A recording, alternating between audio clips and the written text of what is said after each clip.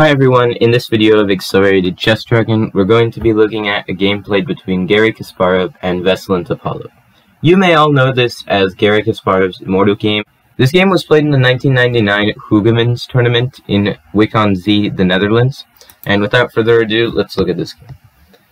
Kasparov on the white end starts by playing the move e4, and we have d6 by Topalov. So the Pirc defense. d4, knight f6, knight c3, and now we have the move g6. So this is all pretty standard. The bishop comes out to e3, bishop comes out to g7, and here the move queen to d2. Usually you have to think about ways of preventing this knight on f6 from ever coming into the g4 square, since that can always be a very big pain. But what Kasparov does is doesn't even care if that knight can go to g4. He plays queen to d2, and you could think about playing the move knight g4. It definitely is an option, and in fact it's been played about 7 times. But instead, the move that Topalov chose was actually c6. He wants to go for a more calm approach, not a violent one where he starts attacking Kasparov right out of the opening. So after c6, Kasparov plays the move f3. Knight f3 is slightly more popular, having 24 games being played with that variation, where f3 only has 17 games, but nonetheless, it's a pretty good game so far. And here b5, so Topalov strikes on the opposite end because he anticipates that Kasparov is most likely going to castle on the queen side, and Topalov might be thinking about castling king side, but you know, it could always change from here and there. So the knight comes out to e2, and here there's been about 5 games played from this position, and in all of them, knight bd7 was played, including this game. And now here's where it starts to branch out. You could play bishop h6, immediately going for this bishop, trying to exchange the dark squared bishops. You could go for g4, trying to attack this way, and then follow up with h4, anticipating that your opponent is going to castle kingside. But you could also go knight f4, which has been played 1 time before. But in this game, Kasparov decides to go bishop h6. And Topalov trades, and now we have bishop to b7. You could also think about going queen to c7 and just developing this way, but instead bishop b7 is also completely fine. The only thing, though, is that now Topalov is definitely not going to castle on the king side. First of all, because it's illegal, but secondly, because he's going to anticipate that Kasparov is going to have some sort of prepared attack that he does not want to get into. So instead, he just wants to castle queenside, bring all of his pieces out, and then castle queenside, and then perhaps get an attack later on.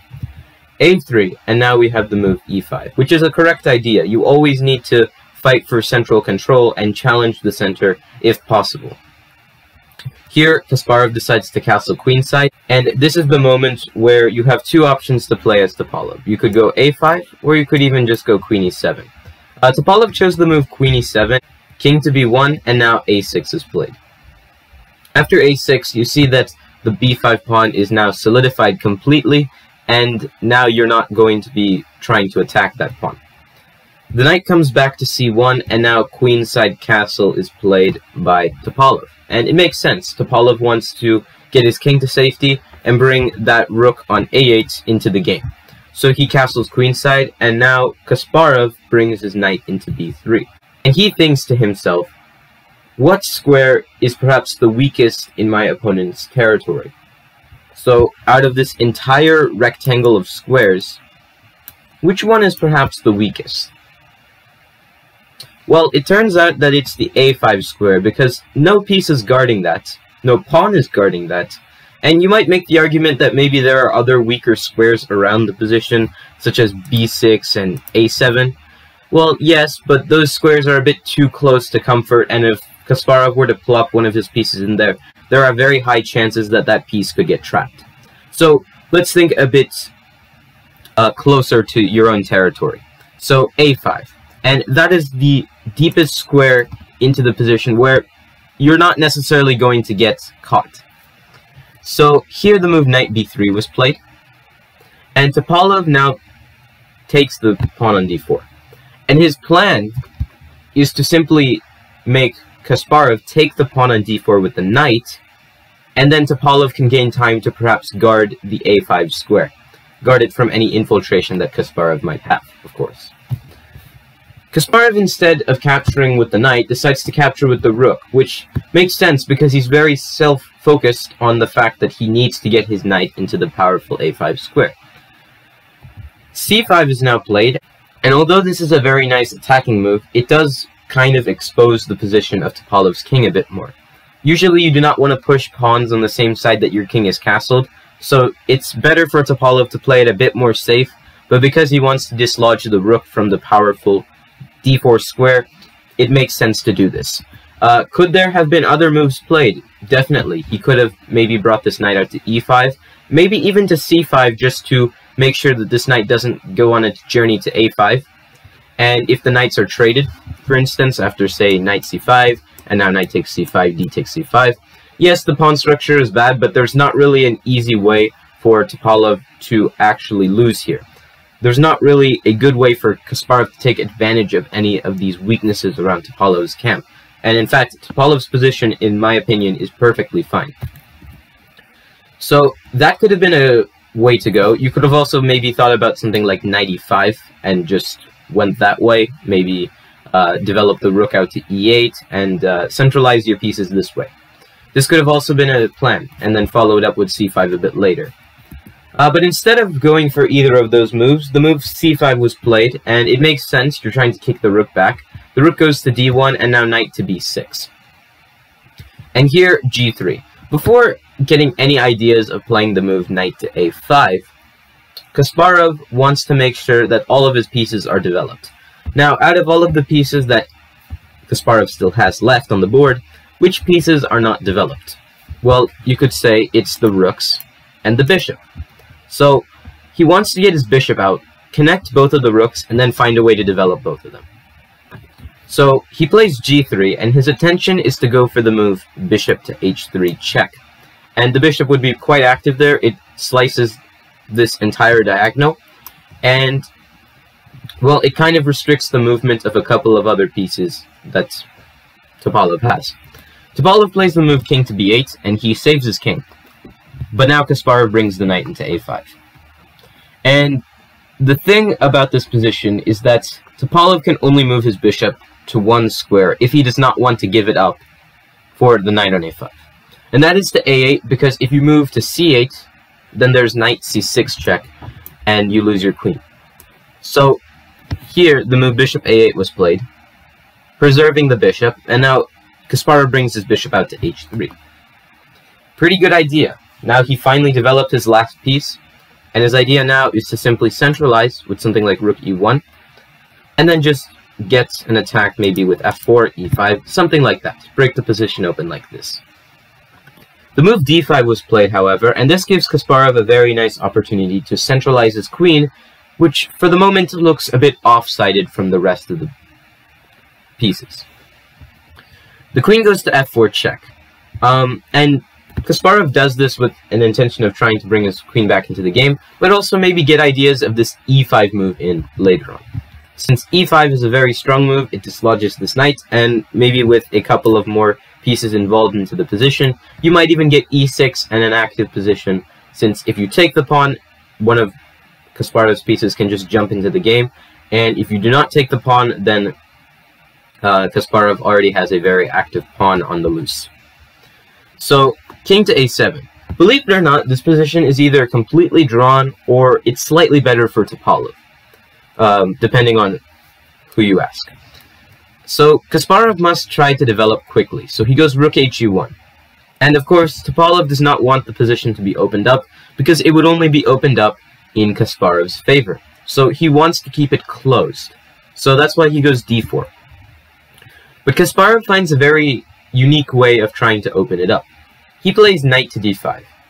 And you might be thinking, who in their right mind would be playing knight to d5, especially when there are so many defenders to this d5 square, and you only have one defender guarding that on your side. Well, it turns out that Kasparov has a very big master plan of how he's going to execute this entire operation. So, knight b takes d5 was played in the game, And after e takes d5, here, what can you do here if you are playing as Topalov? Well, you only have a couple of options. The best one being queen to d6, because the only other square you can move your queen to, which actually is defended, is to f8, but that loses the defense of the knight. So you must go queen to d6. And you might be thinking now, oh, Kasparov made a mistake, he blundered a whole pawn, he might be the one who's losing, but that's not exactly the case. Because, first of all, even if Kasparov didn't play the move he did in the game, he could still have just taken on d6, and then went rook e7 check, or even just played knight c6 check, and then after, say, bishop takes, d takes, and now if you say rook takes, you could go rook e7, because now you just attack the pawn on f7, and after something like king to b6, you can capture it, and now you've gotten the pawn back, you have a bishop against the knight. So Kasparov could have definitely went for that approach. That's completely fine. It wouldn't really give him an advantage, but it's a fine position. However, Kasparov wanted to look deeper, and instead of just trading queens like that, he decided to find the very nice tactical sequence, which we now know makes up the basis of his immortal game. So, what do you think Kasparov played in this position that just perhaps caught Topalov off guard?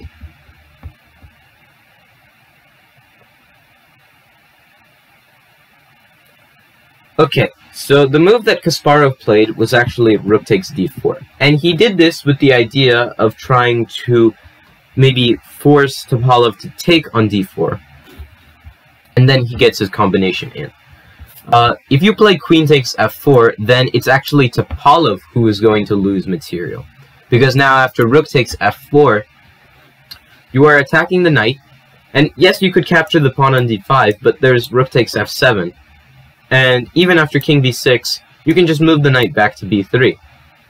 The knight will just come to c1, e2, maybe to f4 later on in the game, and there's no problem with Kasparov's position. Topalov could have done that, but he decided to take the risk of capturing the rook, and let's just say it didn't end up the way he wanted. C takes d4, and now rook to e7 check. Why does Kasparov play rook e7 check, and he doesn't capture the pawn on d4?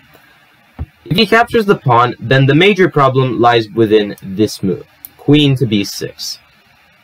And this is the winning move for Topalov, because now if Kasparov tries rook e7 check, he has really no tactics on him. Knight d7, and you've defended, and how are you going to get any advantage if you're playing as Kasparov? You can't take the knight, because after this, rook takes. You can't take the rook now because your queen is hanging. And if you take the queen here, then there's king takes b6, attacking your knight, and once you capture the rook, king takes a5. And Topalov is simply just up a rook, and he can easily win this game with no hesitation. So, you do not go queen d4, and it may seem like after rook e7 you have something, but that's not the case. So, what must you play here if you are going to try to win the game? Well, it's not queen takes d4. It is instead rook to e7 check. Kasparov had this very nice idea of how he's going to lure the king into his camp, or he's going to simply checkmate Topalov after sacrificing 2 whole rooks. If you play queen takes e7 here, then there's just queen takes d4 check as Kasparov. And what is the only move you can play that doesn't lose right on the spot? Well, it's king to b8, because queen c5 would just give up the queen for no reason at all. So king to b8, but now this is where this powerful bishop comes into play. Queen to b6 check. And why do you think Topalov can't just move his king to the c8 square and sidestep all of this danger? Well, it's because of this bishop on h3. It's controlling c8, and now you have nowhere to go to as the king, so you must block with either bishop or queen b7. In either case, bishop or queen b7 is played, doesn't matter. You don't take the bishop, you just go knight c6 check. And after king a8, queen a7 is mate. And if you block with the queen, it's just a move quicker, so you lose a move earlier than before. So, That's why rook e7 check was played. It came with this very nice idea of the tactical sequence, which would just crush Topalov instantly. So queen takes e7 wasn't played in the game. Instead, the move king to b6. You can look at a couple of other variations, but if you go king to b8, what do you think Kasparov can play? Well, he's going to most likely transpose into the variation we just saw, which queen takes d4. And now if you go knight d7, it's a whole another story, because there's bishop takes d7. And here there are threats, like if the bishop moves, the queen is accessible to some squares like a7, maybe even b6. And it's a whole different story when this knight blocks now than when it did earlier, when Kasparov could have easily captured on d4. So those are the options that Topalov has. And he decides to play the move king to b6, because there's not really any other option. So he brings the king out, and here, what will Kasparov play? He goes queen takes d4 check. He's going to give up the knight on a5, and it makes sense because otherwise you're either going to lose the rook on e7 if you defended the knight and also moved the queen away, or you would have to trade the queens off, which is definitely not a good position to have to do when you're down so much material. So queen takes d4, king takes a5, and now Kasparov's real tricks come up his sleeve. b4 check. The king goes to a4, and queen to c3. So Kasparov is simply threatening the move queen to b3, and that is going to be checkmate. And Topalov was forced to play the move queen takes d5. Rook to a7. What is being threatened here? Well, the move rook takes a6 is. And here, bishop b7, and Topalov gives up some material, but he's fine with it considering that he's already up like a whole rook. And he can't take the rook because there's queen b3 mate. So queen c4, he wants to trade the queens off, and then he'd be winning. But now, Kasparov just takes the knight on f6. And the threat is now queen takes a6, and that's going to be checkmate. So, what does Topalov do? Well, he takes on a3. And now queen takes a6 check, the king takes b4. And now, visualize this. You're in this position as Kasparov. You are down in exchange, and somehow you have one tactic and one shot only to actually win this game. If you do not take this opportunity, you are not going to win. You are going to lose the game because you are down in exchange, and apparently the king that you drove all the way into your territory is now going to be the reason of your doom. If you play something like f4, just rook d1, king b2, and then just queen to c3, and this will result in mate. So you have to be careful about this. So what are you going to do here if you are playing as Kasparov?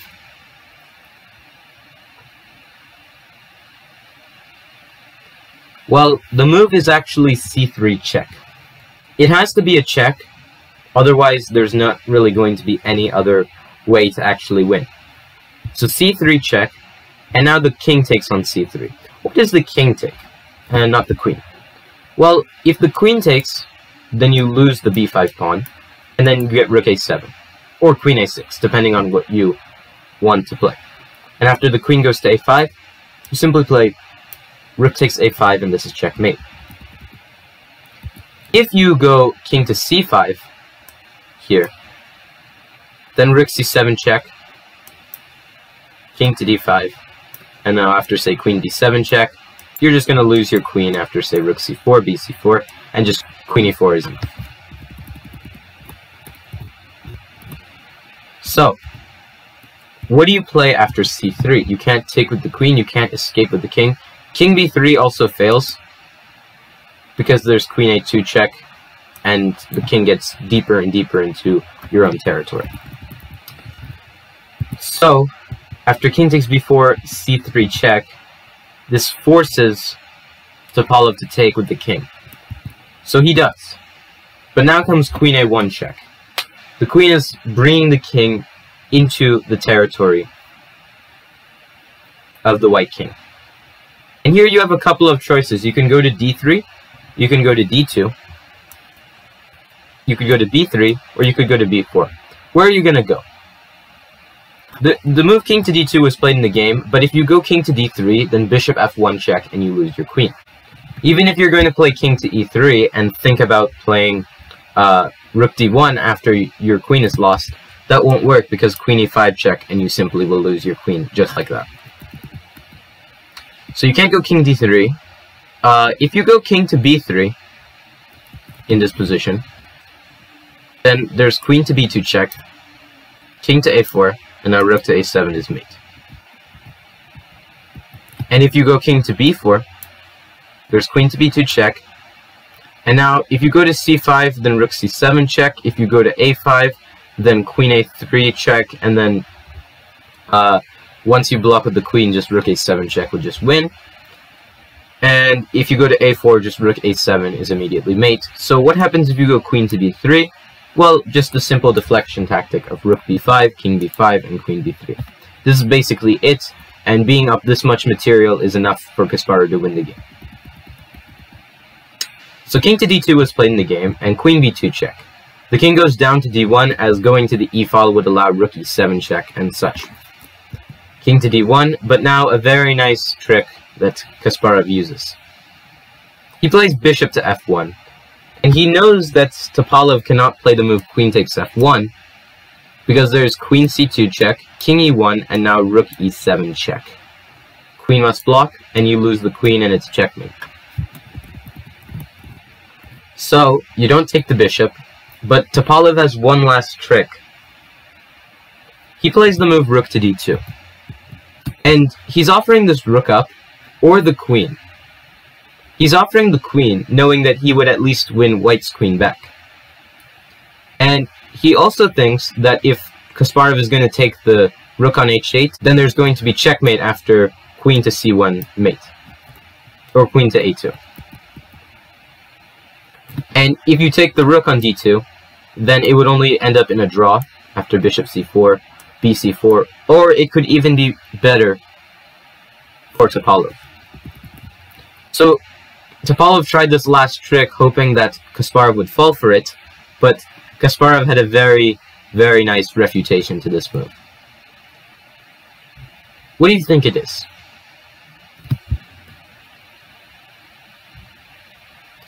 Okay, so the move that was played was actually rook to d7, and after this is played, Topalov is forced to play rook takes d7.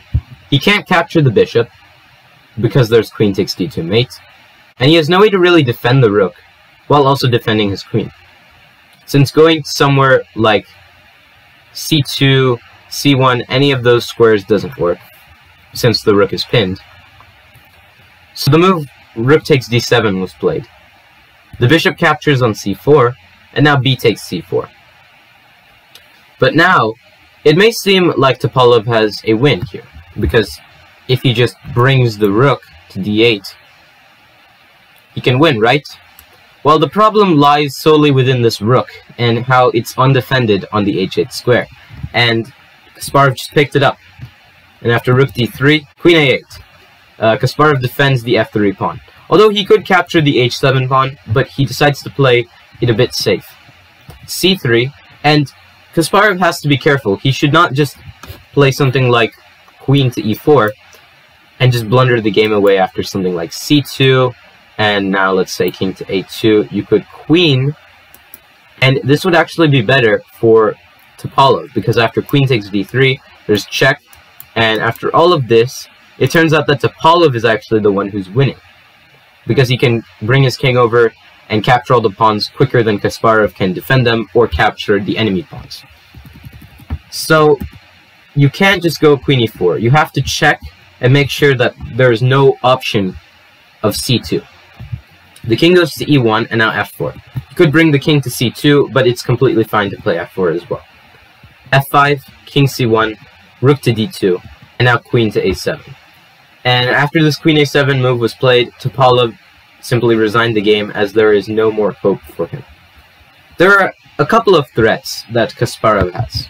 First one being queen to e3 check, and then just picking up this pawn, and that's basically it. The second one is that if Topalov were to capture the pawn on h2, then there's the very nice queen g1 check. King goes to e2, queen takes h2 check. King goes anywhere, and you just lost.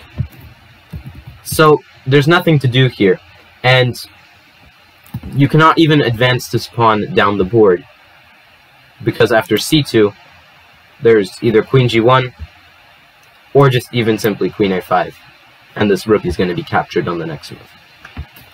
So that's why after the move, queen a7 was played, Veselin Topalov resigned the game, and a very brilliant victory for Garry Kasparov. So I hope you all enjoyed the video, and if you have any suggestions or feedback for me, please let me know in the comment section, and stay tuned for more chess.